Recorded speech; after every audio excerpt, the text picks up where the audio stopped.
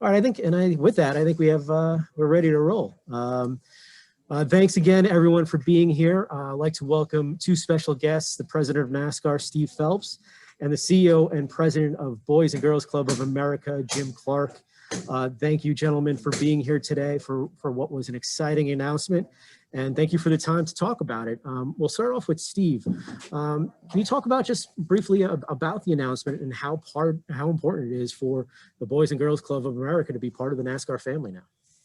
Yeah, we're so fortunate to have the Boys and Girls Club be part of it. Jim and his whole team, they've been a pleasure to work with. We've worked with Boys and Girls Club for many, many years, but to announce a national partnership with local extensions is something that we are just thrilled about. And you think about the opportunity to touch, 4 or 5 million kids at a time, both with experiential things here at the racetrack, but also things that we will do, kind of online and at the clubs.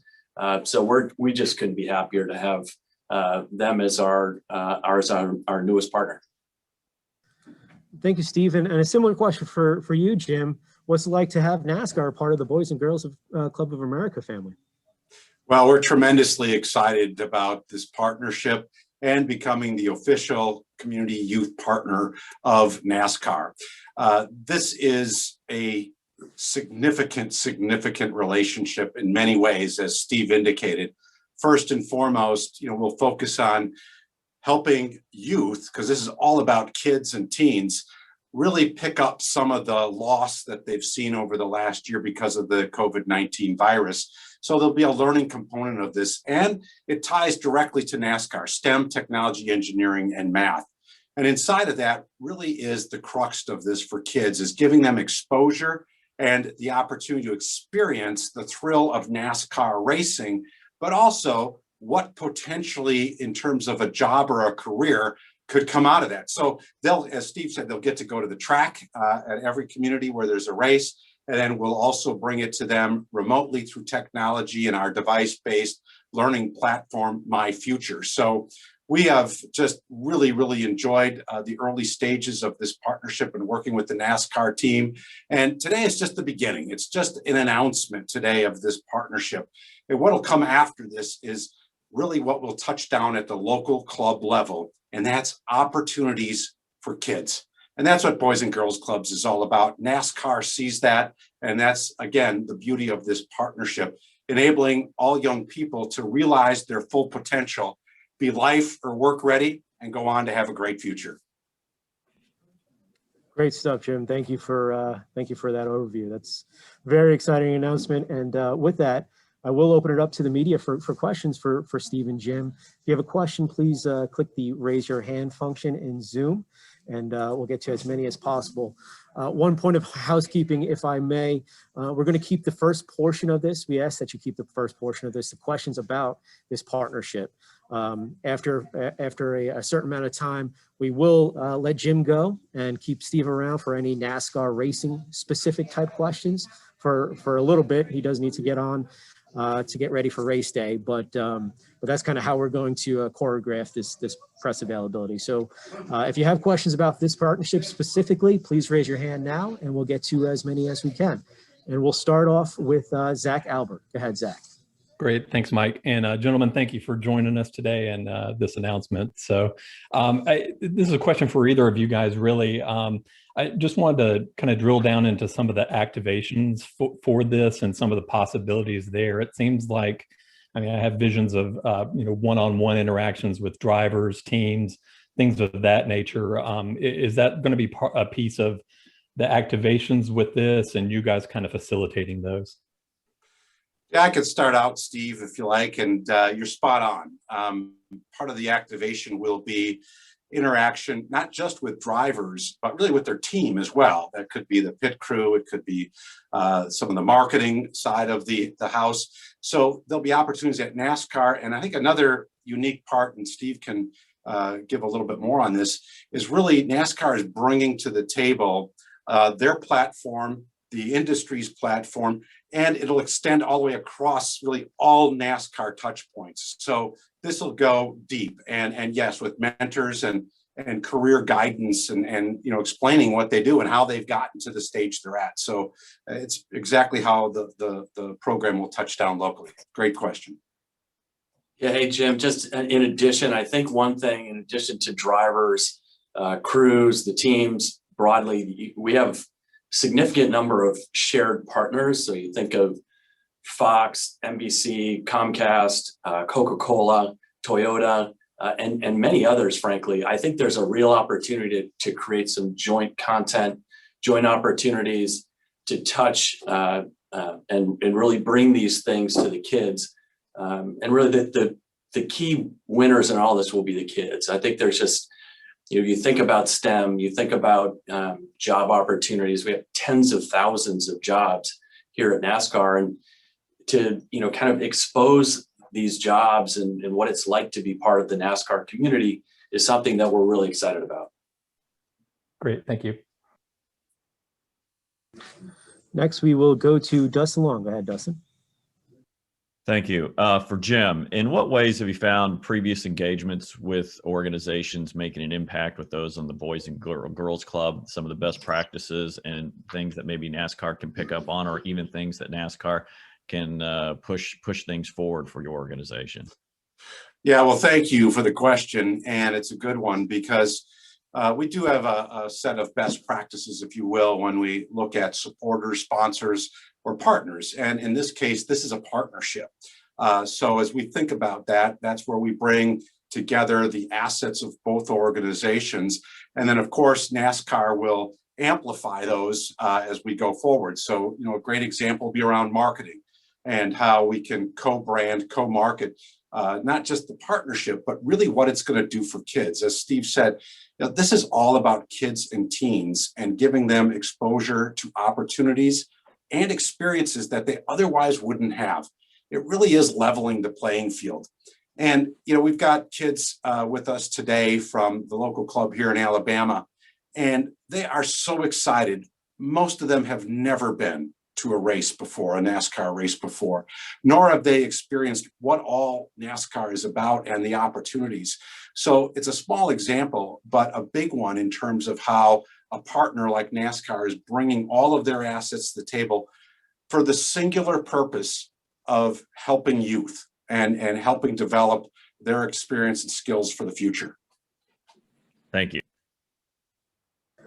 Next, we'll go to Greg Engel. Go ahead, Greg. Gentlemen, congratulations on the announcement. And obviously, Steve, this is a great partnership to help a lot of youth around the country, and it's fantastic.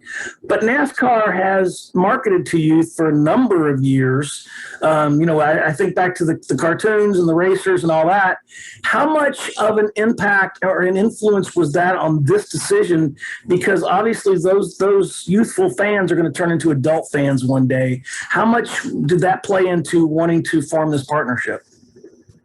Yeah, actually is I would say the motivation behind it for sure, because, like any brand, any franchise out there, if you're not getting new people into the franchise, particularly young people in this case, your brand's going to die. And I think what you've seen in NASCAR over the last year, based on some of the stances that NASCAR has taken in the diversity, equity, inclusion space, young people want to participate in this sport. And it's not that we didn't have efforts before. We've had a lot of efforts in youth.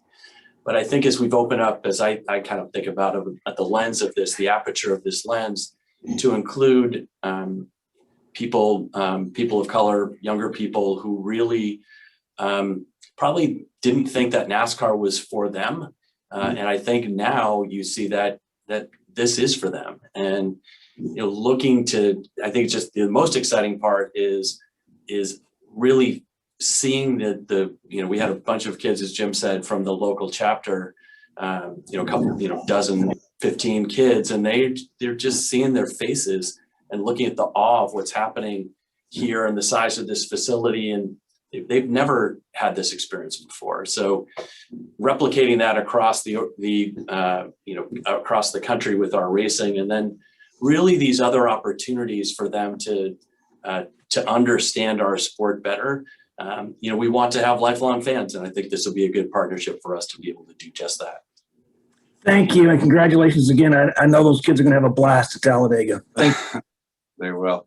You know, if I could add, I couldn't agree more. You know, the three pieces that are critical to this partnership really is the STEM learning opportunities, the experience or the exposure to workplace or workforce opportunities, and the diversity, equity, and inclusion part of this, which is the three components of this partnership. So we're really excited about that.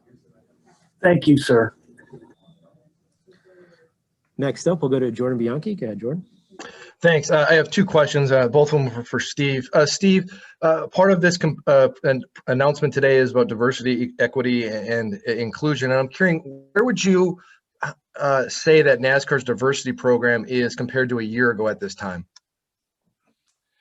Well, I think, Jordan, if you think about the extraordinary events, that we started with Atlanta, and then the banning of the Confederate flag, and then the what happened here in Talladega, and kind of the support and family community and the tapestry of our industry supporting Bubba Wallace.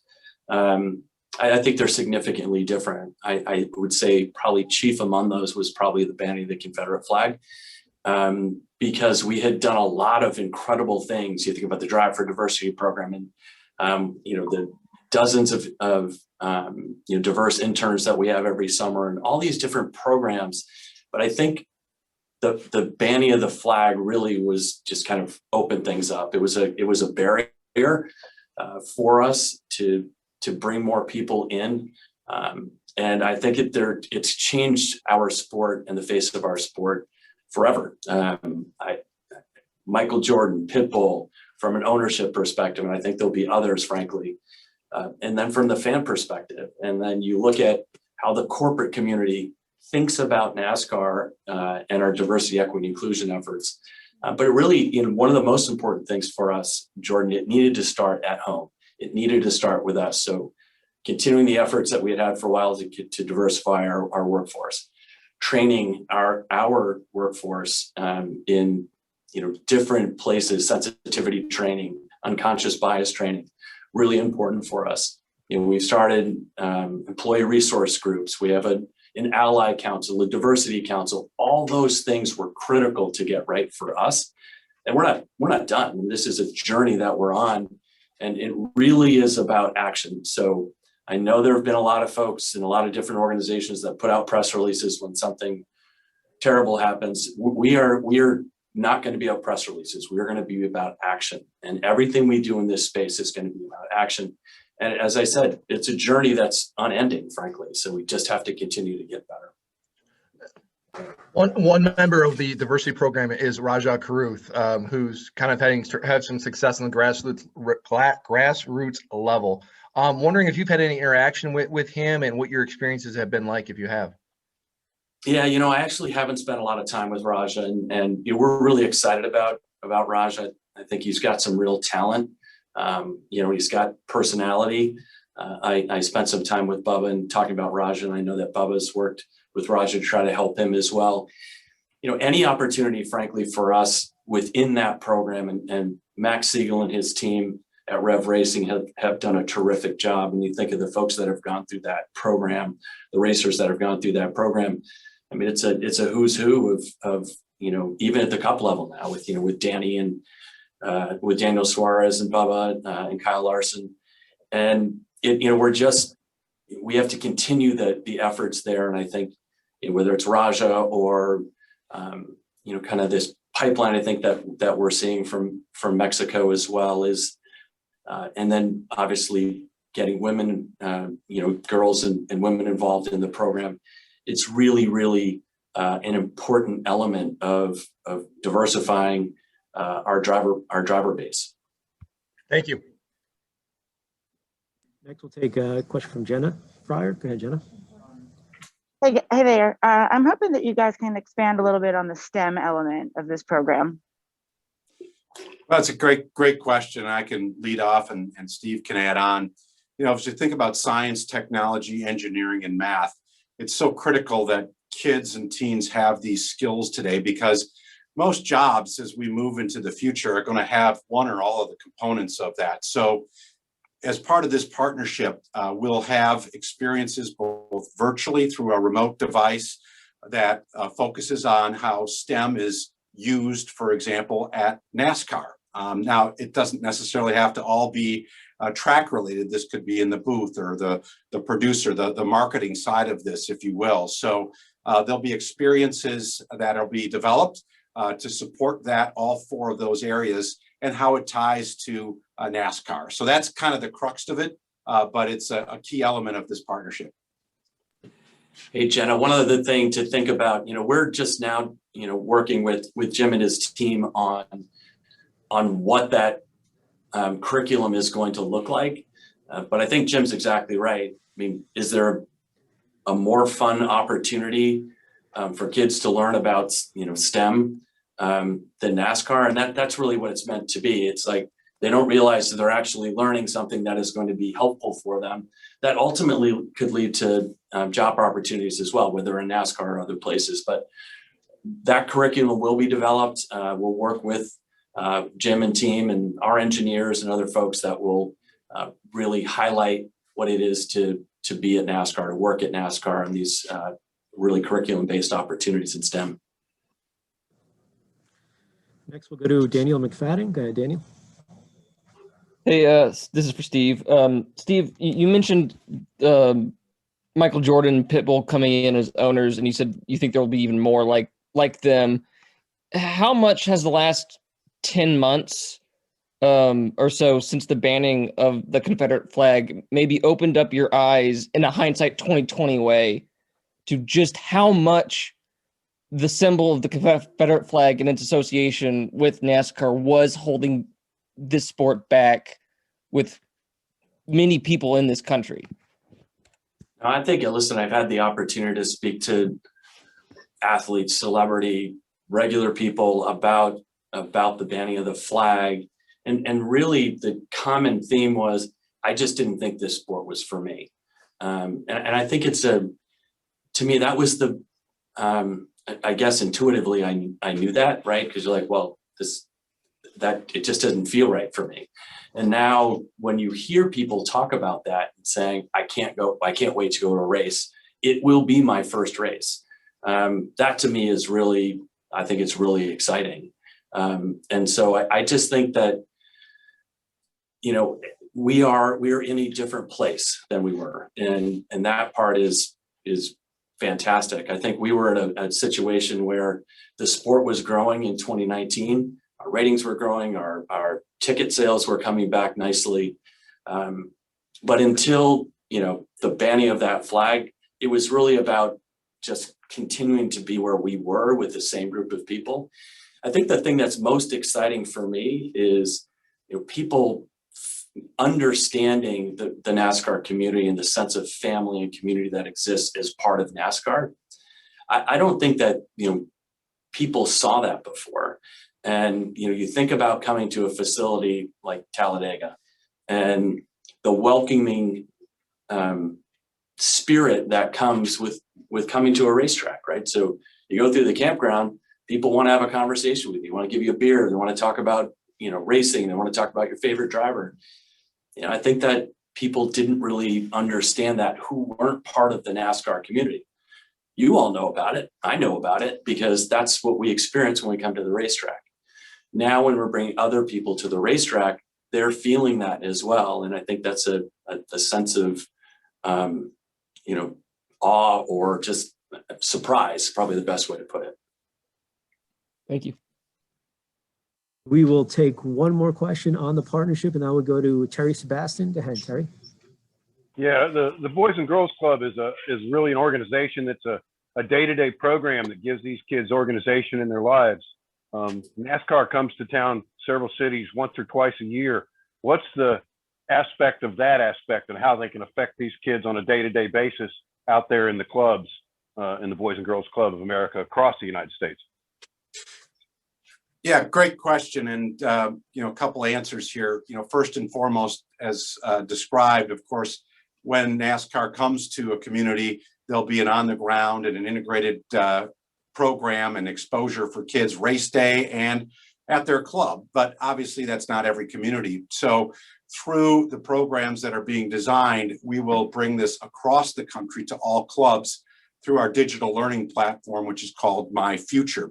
And then there'll be other elements that we'll be able to bring to life, like the STEM programming at local clubs across the country. So it doesn't have to just be in race communities, NASCAR communities. It'll be in every community, at every Boys and Girls Club as we move forward.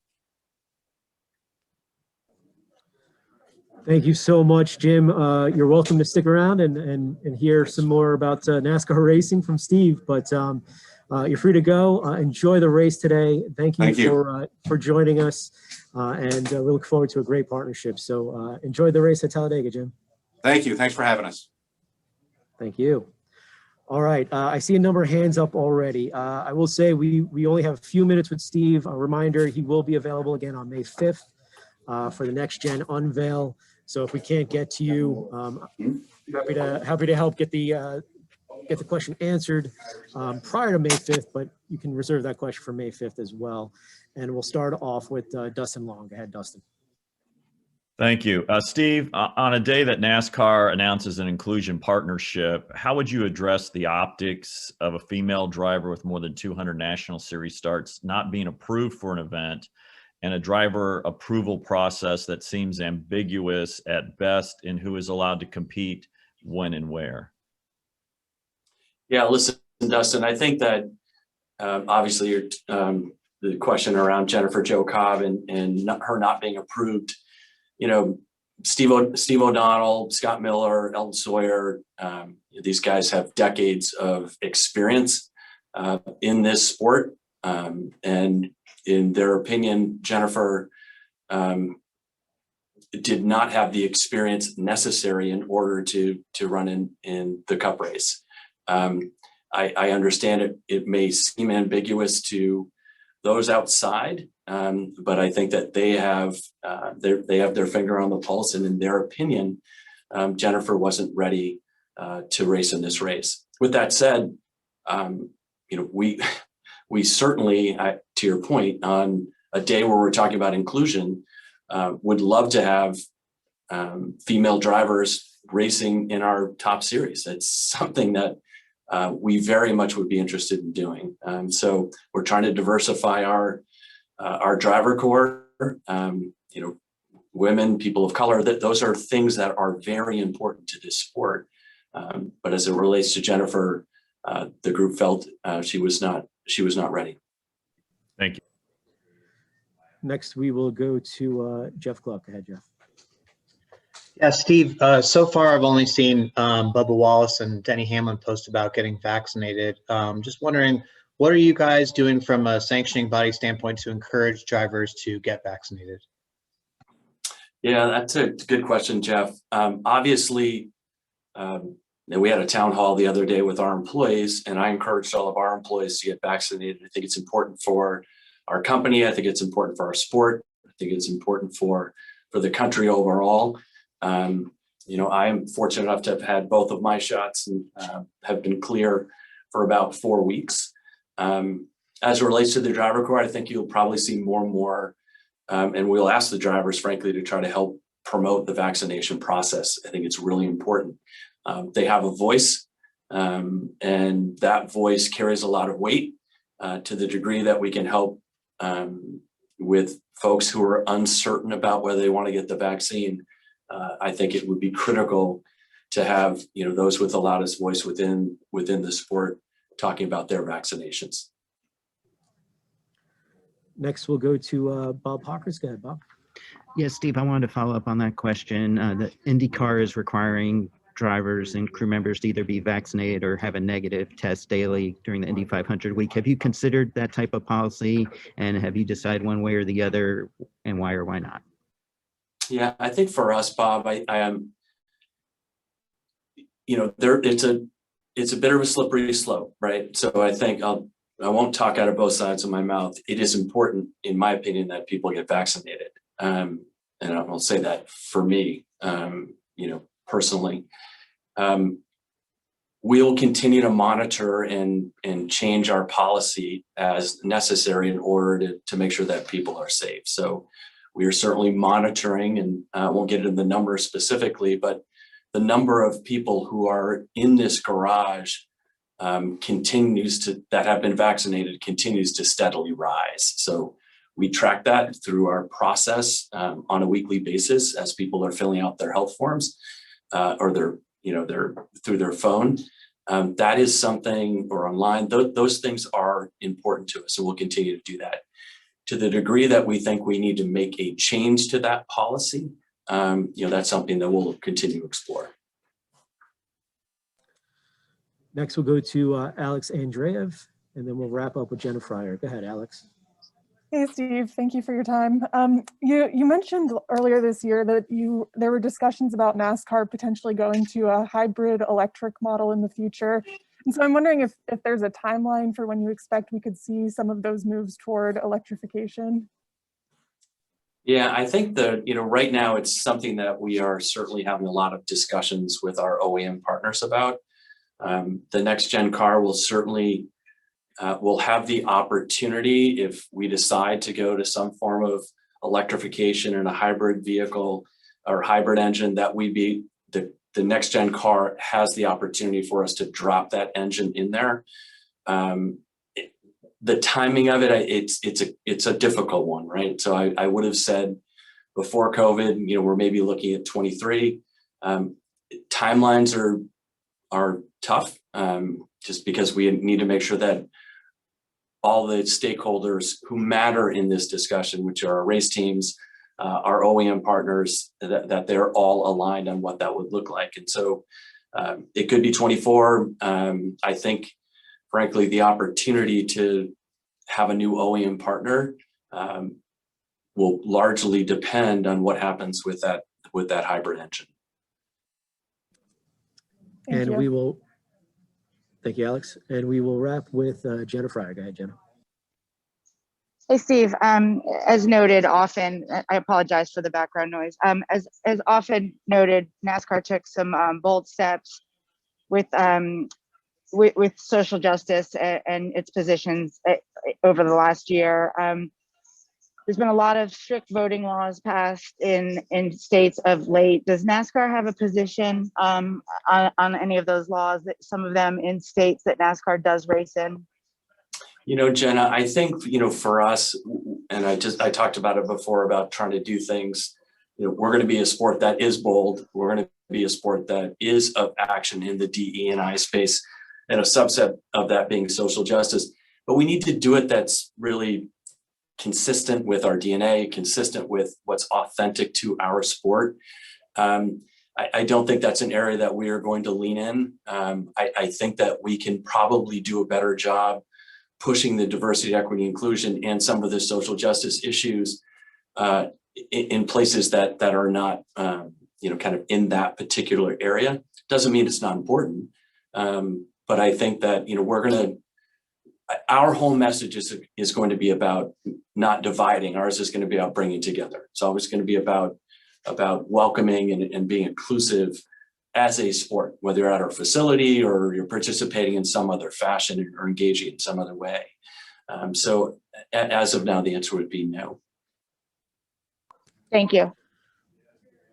Okay, that looks like all the questions we have. Steve, thanks so much for the extra time and all the time today. Enjoy the race at Talladega, and congrats on this partnership. And to the media, thank you for joining today. Enjoy the race on Fox, and we'll talk to you again soon next time. Post-race today, and then larger one May 5th. Circle those calendars for the next gen unveil. Have a good day, everybody. Thank you. Thanks, guys.